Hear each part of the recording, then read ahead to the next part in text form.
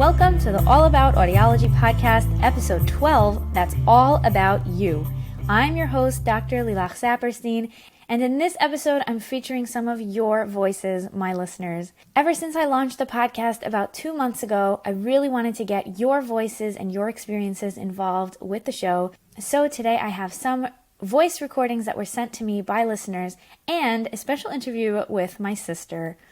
Before I jump into those recordings, I do want to let you know that if you haven't downloaded the hearing aid checklist yet, head on over to the website allaboutaudiology.com or find me on Instagram, All About Audiology Podcast, to get your hands on that checklist. It's a one-page PDF printable that has on it a morning routine checklist and an evening routine checklist for caring for your child's hearing aids. You can also join the Facebook group to be the first one to know when I have more free printables available. And that's All About Audiology Podcast on Facebook.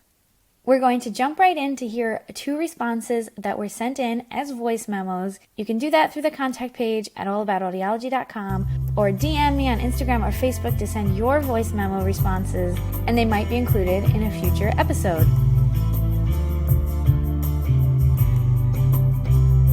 Hey Dr. Saperstein, this is Riki from Florida. I recently had my 4th child, and this was the first time that I got to experience the newborn hearing screening in the hospital. It was very easy, very quick, and painless. The baby didn't feel a thing. The only problem that we ran into was that the babies around in the nursery were all crying, so the machine was reading incorrect results. But I was very happy to see that the nurse knew what she was doing, waited for them to calm down, and tried again. And I'm happy to see that the hospitals are doing what they're supposed to do and doing a really great job at it.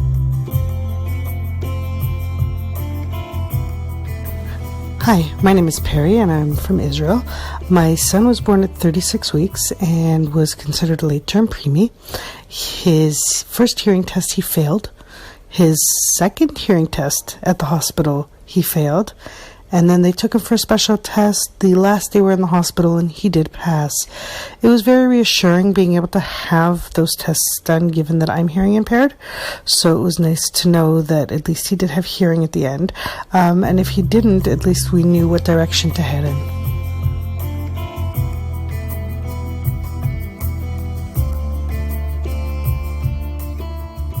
Hi, this is Batchen. I am Dr. Lilach's sister. My big sister, let's not forget. I am the big sister. I'm also the coolest one. Wait. Okay, so in case you get confused by our voices, which is so expected because everybody says we sound alike. Then you just have to listen to the gravitas in my voice, and then you'll know it's me. Okay, so Batchen, you have a number of children, and you had most of them in hospitals. Not all of them, though. So tell us about your experience as a mother with the newborn hearing screening. Okay, so my first baby I had in America, in LIJ. I don't remember her being screened. I think it's because they took her to the nursery, and I think that I just wasn't really aware of it, and I believe they told me that she passed. My first memory of actually being screened was with my 4th baby. The audiologist student, or whoever she was, she came around and screened the babies. And I remember when she screened her, my sister, you were already studying audiology. So I was way more educated, and I knew that this was going to happen, and I was excited about it happening. And then I remember that she checked each ear twice because she wanted to make sure that her machine was working.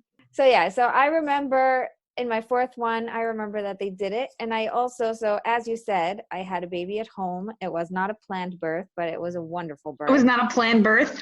It was not a planned home birth. Home birth, yeah. It was an amazing birth. I wasn't planning a home birth, so after I got ready and ate something, I did call the ambulance and went to the hospital. Uh-huh. I was in the hospital for 3 days, and I do remember that they checked his hearing. I don't remember actually seeing it, but I remember that I made sure that they did it.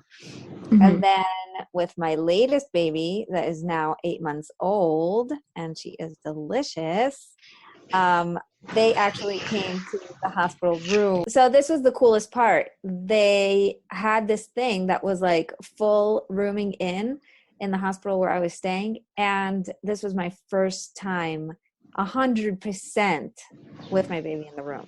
Like most of the times before, I would always say rooming in, and yes, very nice, but like we still take away your baby for 5 hours in the middle of the night, between midnight and 5 o'clock in the morning. And here it was 100% rooming in. My baby did not go into the nursery at all.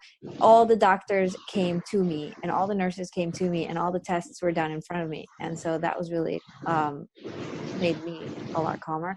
And I felt like it was perfect for me. I know that some people would say like, this is totally not my thing. I don't want my baby in my room. But for me, it was really important, especially since I couldn't have a home birth. So it was the next best thing.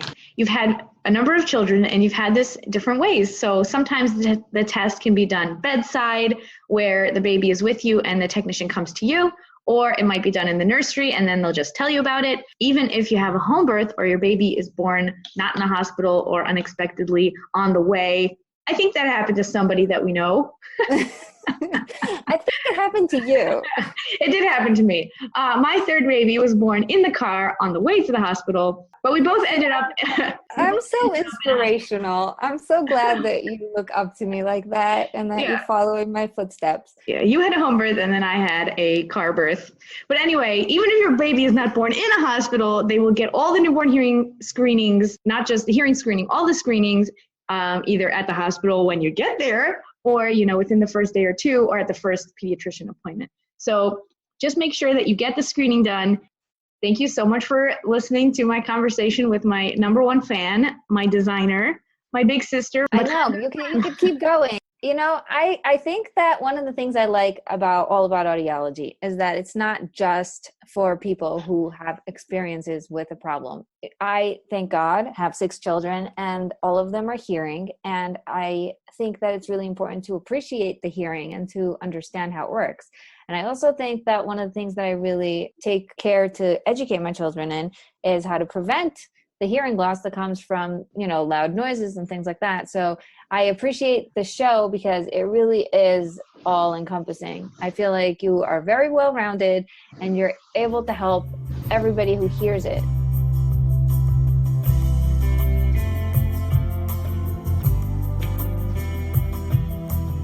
I'm really excited for the next episode, which again is a little bit different than what we've been doing until now. It is an interview with a friend and colleague of mine, Dr. Hadassah Kupfer. She and I are going to be discussing all about ear tubes and grommets, middle ear effusion, ear infections in childhood. So be sure to check that out later this week.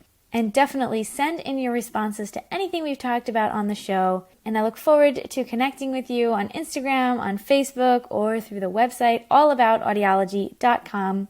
I'm Dr. Lilach Saperstein, and this is the All About Audiology Podcast.